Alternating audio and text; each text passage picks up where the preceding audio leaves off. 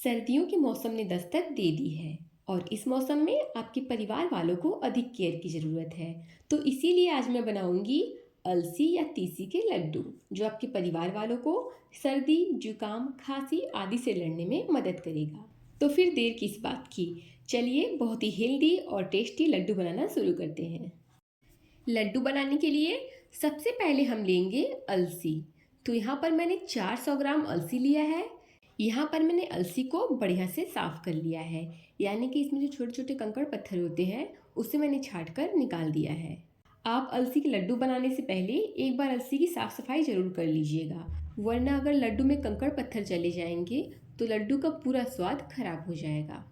अब अलसी के साथ हमें कुछ और भी चीज़ें चाहिए, जैसे कि 200 ग्राम गोंद, 300 ग्राम गुड़, 150 ग्राम काजू, 50 ग्राम लावा, 150 ग्राम बादाम, और यहाँ पर मैंने लिया है 2 ब्राउन छुहारा, 4 डार्क ब्राउन छुहारा और 4 से 5 अखरोट, 2 बड़े चम्मच खीरे का बीज। आप यहाँ पर खीरे के बीज की जगह तरबूजे या फिर खरबूजे के बीज का भी इस्तेमाल कर सकते हैं। 2 बड़े चम्मच ब्राउन किशमिश, 2 बड़े चम्मच काली किशमिश, 1/4 भाग नारियल का, 400 ग्राम शुद्ध देसी घी, और सबसे लास्ट सामान जो हमें चाहिए वो है 150 ग्राम तेखूर। तो यहाँ पर अलसी के लड्डू को बनाने के लिए जितने भी सामान चाहिए होंगे मैंने सबको एक साथ रख दिया है, ताकि आपको सभी सामान को लेने में आसानी हो। अब हमें चाहिए एक मोटी तली वाली कढ़ाई, और फिर अलसी को हम इसी कढ़ाई में डाल देंगे। उसके बाद हम गैस की फ्लेम को लो टू मीडियम करेंगे और इस तरह से अलसी को लगातार चलाते हुए भून लेंगे। तो इस वक्त आपको अलसी को लगातार चलाते रहना है, वरना क्या होगा कि अलसी कहीं से जल जाएगा और कहीं पे कच्चा रह जाएगा।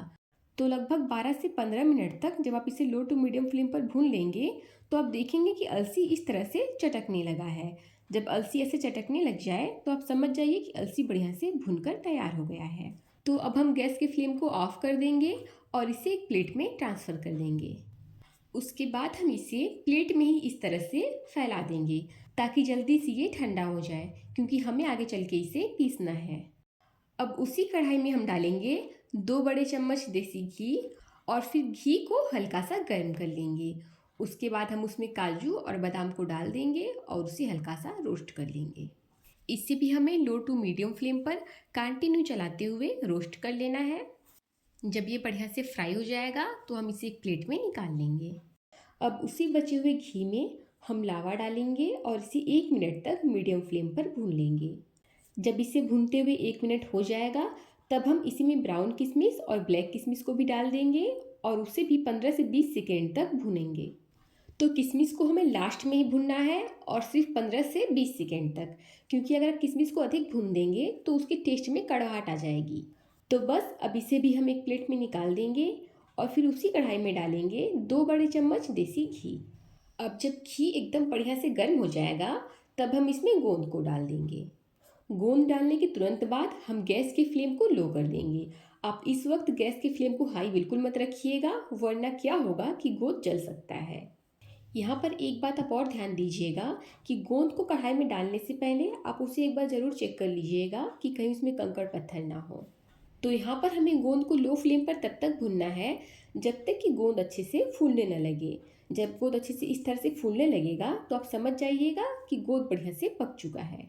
यहाँ पर अगर आप गोंद को हाई फ्लेम पर भूनेंगे तो क्या होगा कि गोंद ऊपर से तो फूल जाएगा पर अंदर से कच्चा ही रह जाएगा, और जब आप लड्डू को खाएंगे तो गोंद आपके दांतों में चिपकेगा। तो यहाँ पर जब गोंद अच्छे से फ्राई हो जाएगा तो हम इसे एक अलग से प्लेट में निकाल कर रख लेंगे। अब कढ़ाई में हम बिना घी डाले खीरे की सीड्स को डालेंगे और इसे हल्का सा रोस्ट कर लेंगे। तो जब आप इसे मीडियम फ्लेम पर 40 से 50 सेकेंड तक भुनेंगे तो आप देखेंगे कि हल्का सा ब्राउन भी हो गया है और चिटकने भी लगा है।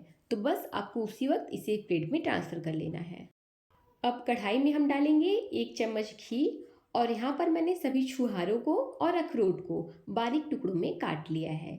इन सबको हम घी में डाल देंगे और इसे मीडियम फ्लेम पर 30 से 40 सेकेंड तक रोस्ट करेंगे। तो यहाँ पर छुहारों को आपको सिर्फ 30 से 40 सेकेंड तक ही फ्राई करना है, क्योंकि अगर आपने इसे अधिक फ्राई कर दिया तो ये बहुत ही अजीब सा कड़क रबड़ी जैसा हो जाएगा और अगर आपने इसे कम फ्राई किया तो इसकी सॉफ्टनेस ऐसे ही बरकरार रहेगी। तो बस यहाँ पर छुहारा फ्राई हो चुका है। अब हम इसे एक प्लेट में निकाल लेते हैं। यहाँ मैंने नारियल को इस तरह से बारीक टुकड़ों में काट लिया है। अब इसे हम बचे हुए घी में डालेंगे और हल्का सा रोस्ट करेंगे। आप चाहें तो नारियल को काटने की जगह बड़े वाले ग्रेटर से ग्रेट भी कर सकते हैं।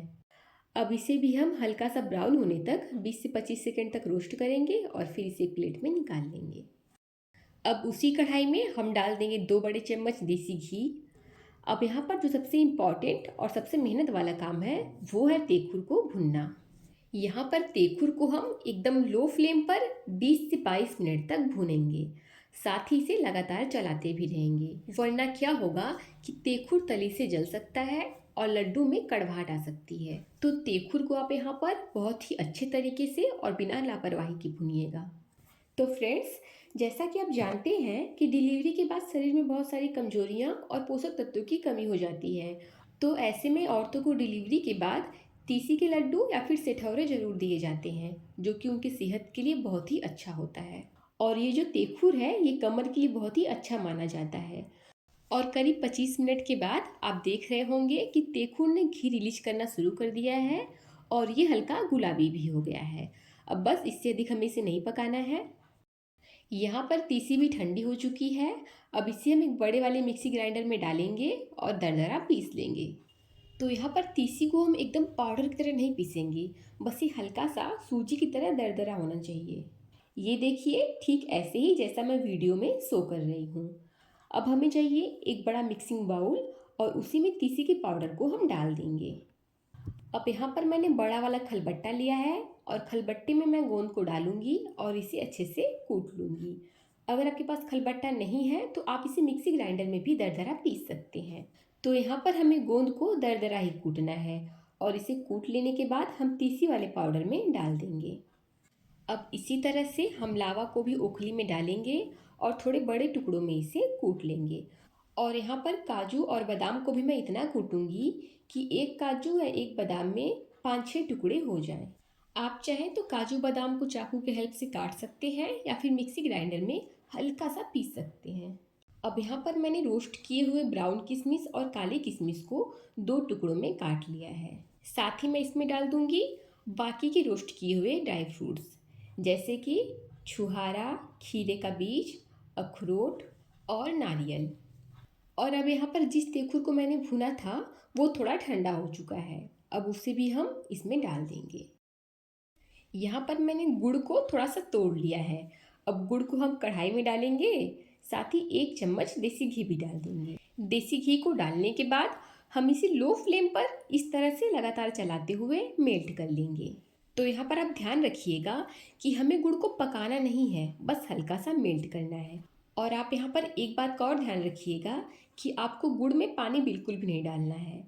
हो सके तो मोटी तली वाली कढ़ाई का इस्तेमाल करें और गैस की फ्लेम को एकदम लो रखें। साथ ही अगर आप ये चाहते हैं कि गुड़ को मेल्ट करने में समय भी कम लगे और मेहनत भी कम लगे, तो इसके लिए आप गुड़ को थोड़ा कद्दूकस कर लीजिए। इससे आपको इसे मेल्ट करना बहुत आसान हो जाएगा। तो बस इसी तरह से हमें धीमी आंच पर इसे लगातार चलाते हुए पिघला लेना है। तो यहाँ पर मुझे गुड़ को पिघलाने में पूरे 7 से 8 मिनट लगे हैं। और अगर आप गुड़ को कद्दूकस करके पिघलाएंगे तो 3 से 4 मिनट में ये काम हो जाएगा। तो बस जैसे ही गुड़ मेल्ट हो जाएगा हम गैस की फ्लेम को बंद कर देंगे, क्योंकि यहाँ पर हमें गुड़ को सिर्फ पिघलाना है, पकाना नहीं है।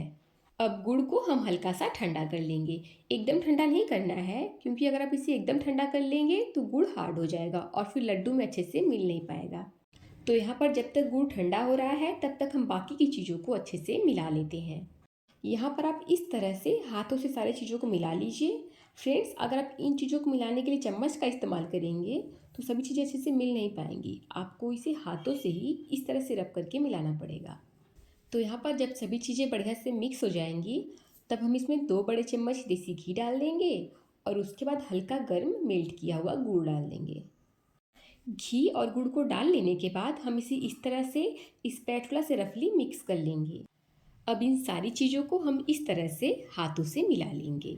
फ्रेंड्स, इसे मिलाने के लिए अगर आप चम्मच का इस्तेमाल करेंगे तो गुड़ अच्छे से मिल नहीं पाएगा। तो इसीलिए आप अपने हाथों से ही सारी चीज़ों को बढ़िया से मिला लें, ताकि गुड़ जो है वो एक बराबर बढ़िया से मिक्स हो जाए।